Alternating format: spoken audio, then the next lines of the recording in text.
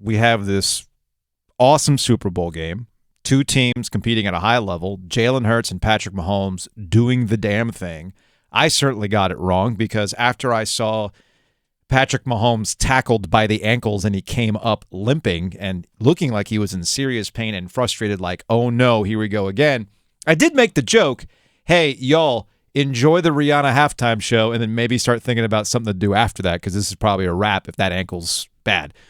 I got that wrong because I forgot they probably used some sort of ACC network non-FDA approved thing into his ankle to make sure that he could get out there and feel good.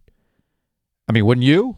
It's the Super Bowl. They flew him to Germany at halftime? Seriously, something like that. Cousin Yeri flew in? They literally replaced his ankle right there. He was good to go. It was pretty impressive what Patrick Mahomes did. So we're at the end. It's this exciting game. It's tied. Maybe they're going to go to overtime. And then there was a flag thrown that put the Patriots, on the 5-yard line. And the rest is history. They kick a field goal. They win the game. Eagles don't have enough time. The play was James Bradberry, former Carolina Panther, teammates with Greg Olsen on the broadcast, by the way, and Juju Smith-Schuster, Patriots or Chiefs wide receiver. So they throw the flag. It wasn't a PI. It was a defensive hold. Doesn't matter if the ball was catchable or not. That's not what they're looking for when they throw the flag on a hold. He was tugging the jersey. Shout out to James Bradberry after the game saying, yeah, I did that. I thought I'd get away with it.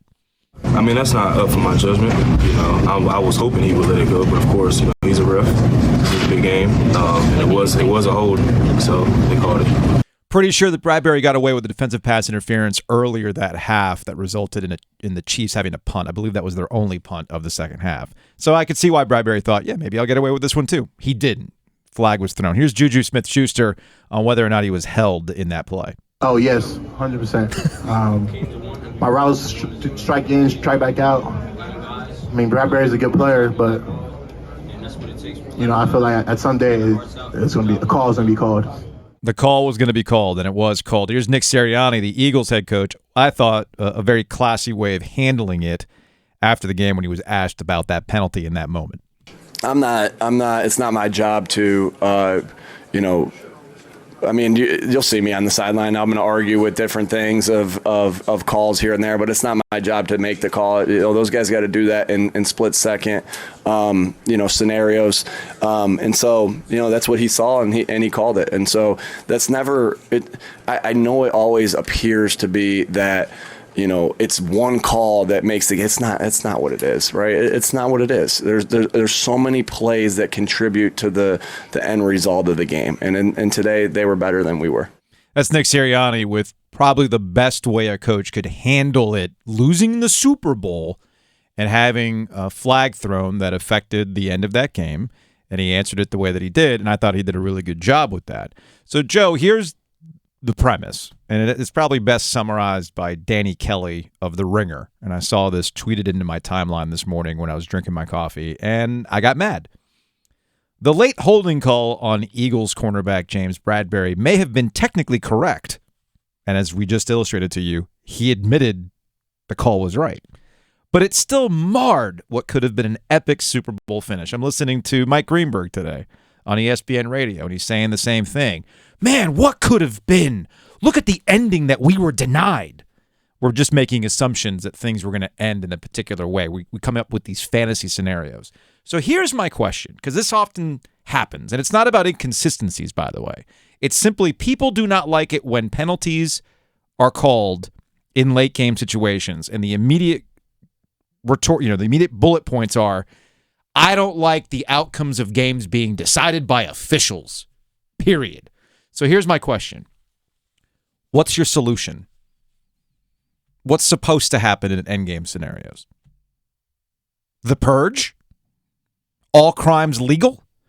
Do we go, once the 2-minute warning happens, it's a literal warning that we need the PA announcer to go, the 2-minute warning, you may be stabbed on the field, like it's the last Boy Scout where a gun is drawn. Like, what are we talking about? What do we want? NFL Blitz?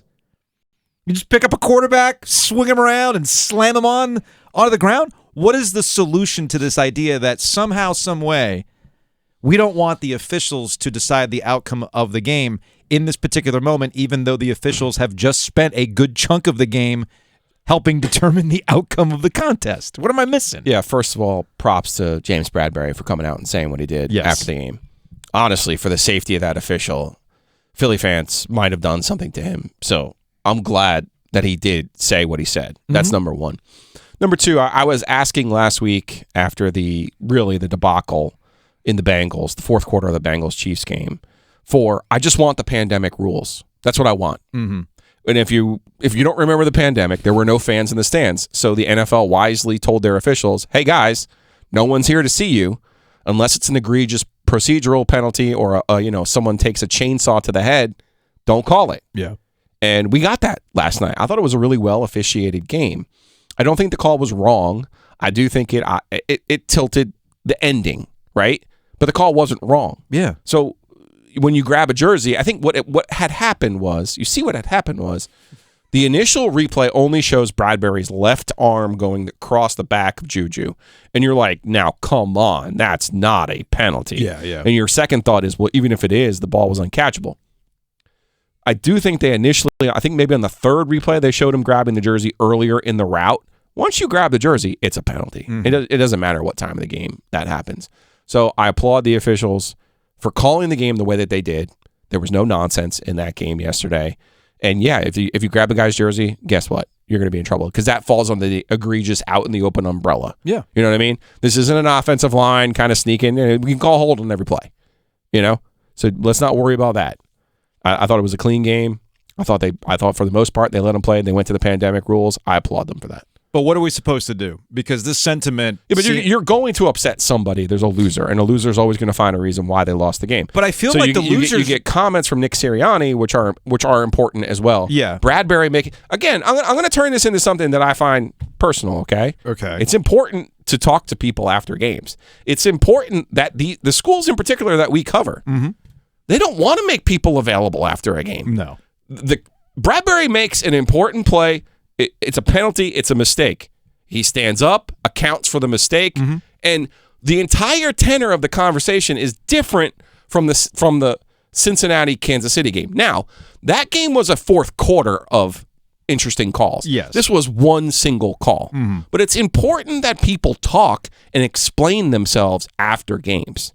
That's where I'm going with this. You have the coach who has a very level-headed comment. You have the player who's the penalties called on, a very level-headed, very honest admission. And that has gone a long way, your examples notwithstanding, to diffusing some of the, rigged, it's fixed, all of this other stuff talk, because here's the guy himself saying, yes, I fouled him. Yeah, and I believe there was that's important. There was a pool report, too. These leagues don't want to hear that. That's the problem, is these schools, the conferences, the leagues, the NFL got this right.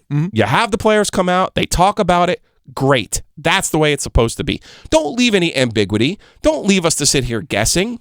Give us the answers. Or at least release a statement that gets the interpretations of the rules correct after there was a mistake. Well, that's probably another thing. Like on Saturday in the Duke Virginia game. Which, yeah. Because you know how I have thoughts on that. And you know my favorite words are coming, which I need after Mahomes, prove me wrong.